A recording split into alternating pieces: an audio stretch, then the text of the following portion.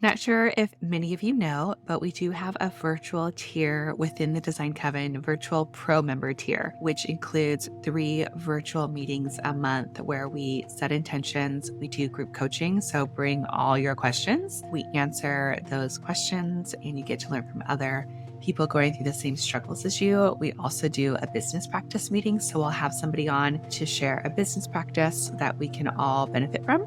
And then we also do a product training. So getting a sustainable, eco-friendly line to come on, share who they are so that we can be supported with other like-minded businesses. And if you're not quite ready for pro, you can always join our free community where you will connect with other like-minded holistic interior designers.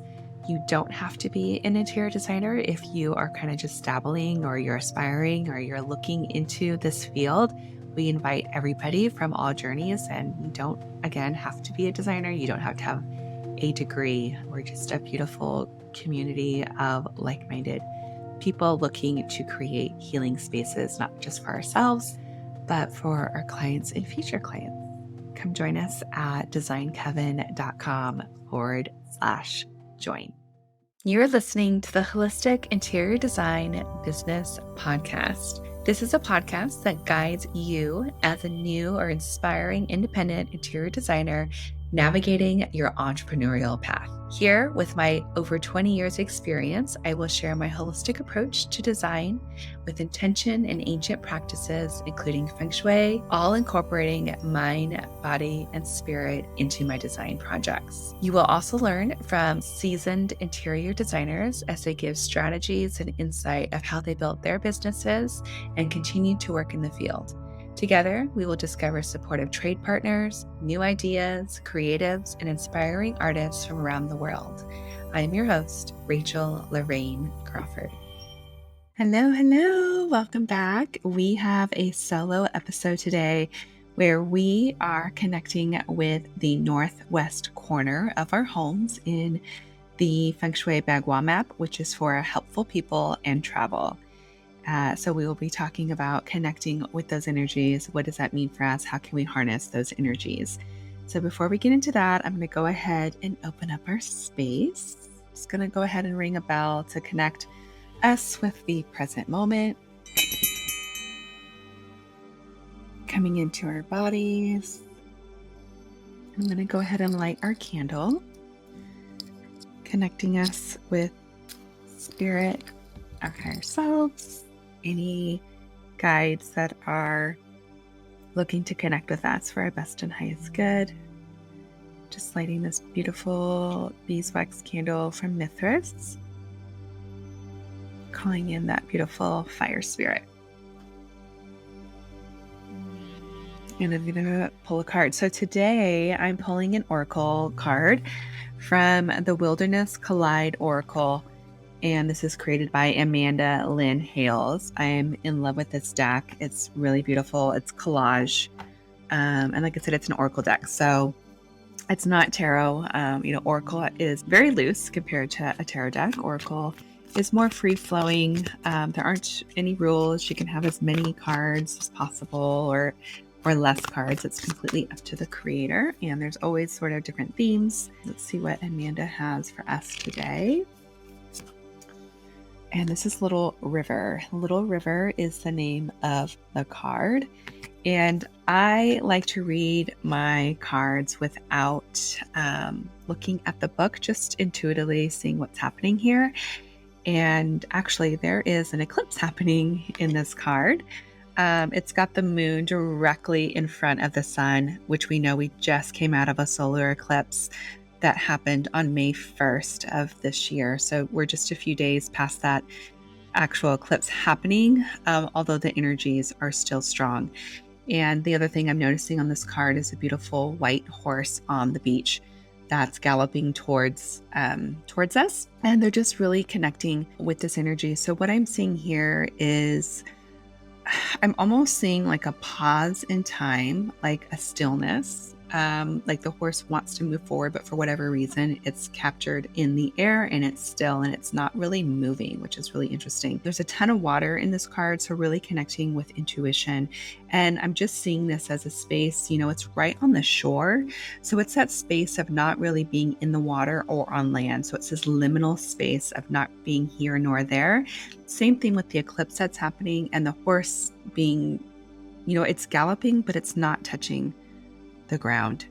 So this is just a really moment of pause, reflection, and it's just being in that between space is what I'm feeling from this gorgeous card.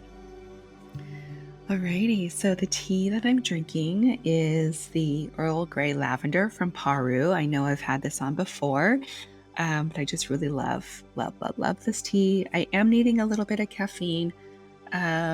So I'm going to go ahead and indulge in this. And she's got black tea, bergamot oil, lavender, and cornflower in this gorgeous mix. And it just has like this light citrus but floral aroma. It's really, really a delicate, beautiful tea. Alrighty, so getting into the northwest corner. So this is for helpful people in travel. I want to start here with the element. So this is the element of metal, which is, communication and connection. So we've got communication, connection coming together.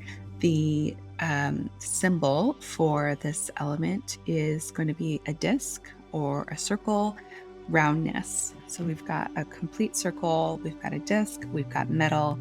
The colors here are going to be the metallics. So metallics and grays and even pastels are going to be in connection with this element. So helpful people, this is going to be a space of mentorship. This is going to be a space of connection with people that are going to get you to where you want to go. So this gua is really about moving forward, taking a look at how you want to move forward, who you need to connect with in order to move forward. So this is also a relationship space of making those connections with others that are going to be beneficial to both of you. So this is not just a give me sort of energy. It's, a back and forthness, although you are going to, propel forward into this. And it's also about travel. So, and travel in a way that doesn't have to necessarily be physical, but travel in your vibration. It's traveling forward.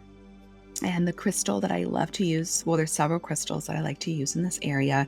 If you are wanting to connect with moving forward, finding a mentor, finding somebody that can help guide you to get you to the next level. And the crystal that I like here is turquoise. I love bringing turquoise for travel in general. I just feel like there's a lot of luck around this. There's a lot of protection in this stone. I also really like adventuring because that's the stone of adventure and luck. And I feel like we need that. I also connect this space with a black tourmaline or a black onyx for protection because I want to be protected as I'm traveling forward into this space. So those are just some crystals that I really like to use there. This space also reminds me of a couple tarot cards. So one of those cards that I'm really feeling in this space, even though it's not metal, it's the Page of Cups. And I feel like with the Page of Cups, she is always in the right place at the right time. She's connected with synchronicity. She's connected with her intuition. So it's really about almost like enveloping yourself into the energy of luck, of again, being at the right place at the right time and just feeling like, anything can happen, like being super optimistic that you can connect with anybody, that you can build anything, that you can get where you need to go just by moving forward, just by taking the next step. And then the other card that's really strong for me in this area, and this is just my own personal opinion, this isn't from any books or anything, but the card that I'm feeling into this Northwest space is the Hierophant. And I speak of the Hierophant because to me, that's a card of learning. It's a card of skill building. It's a card of communication. And it's also a card of mentorship and connecting with others that have gone before and taking those lessons, learning from them and applying, those lessons into our lives. And right now, this area of the home is really connecting with me at the moment.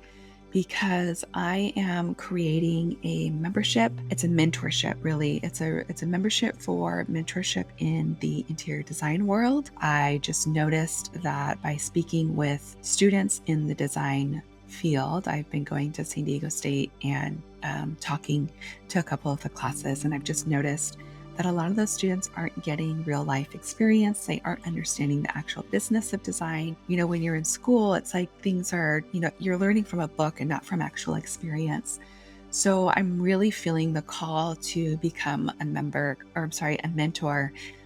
to these students, and not just to the students, but also to anyone that is looking to shift their career. You may be midlife and you're ready to do something that's a bit more meaningful, and maybe design was something that you felt called to at a young age, but you never connected with it. You never fully went for it. You went to something that you thought might have been safer or an easier route. And now you're kind of reflecting on your life and you're like, I really want to step into that space of interior design. So for me, I'm just really being called to become that mentor for them and to share real experiences in the design world, to connect them with my own personal resources, to connect them with my relationships that I've been building for the past 20 years. So I'm just, this space in the home is really just, like I said, it's calling to me right now. And if you feel like you're looking for a mentor or you're wanting a mentor, I would definitely connect with the Hierophant card, connect with the Page of Cups card,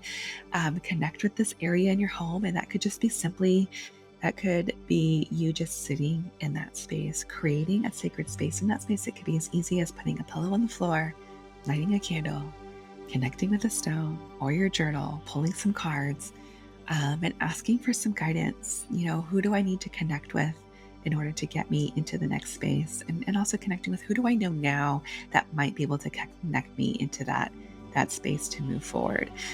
So this is just a really beautiful space right now. And I'd be curious to know if you all have been feeling the call to either be a mentor or to seek mentorship, or what you're doing in your homes in this space, if there's anything that is calling you. I'm just hearing the word calling. And the other thing I'm hearing is the Judgment card, and that's the card of calling. That's the card of awakening. It's, the trumpets are blaring. It's saying, wake up. Your call, like you're being called. So I encourage you today to listen quietly and listen to the call and see where you're being pulled. Where's your energy being pulled? What is it that you truly, truly want to do with your time, do with your life, do with your career? Like, how do you want to spend those days? Because we don't have, a ton of time in our lives. So it's really important to get intentional and to find that guidance. So that is the Northwest Corner for me today. Connecting with those energies, and I hope you find some inspiration in this and just feel that calling. Take care. You've been listening to the Holistic Interior Design Business podcast. If it's one that you have been enjoying, please share with anyone else that you think can benefit from this knowledge, and leave us a 5-star review that helps us get seen and found by other new and aspiring interior designers. And if you're looking for mentorship, I invite you to join our club here at the Design Coven. It's a bridge between school and real life interior design. We get in much deeper there. We have virtual and in-person events. So everyone is welcome. You don't need to have a design degree to be part of it, just an interest in holistic interior design. I also want to thank our editor, Marcy Ferry, and lastly, Kinseth Thibodeau, who is our music composer. Until next time, be well, and we will see each other soon.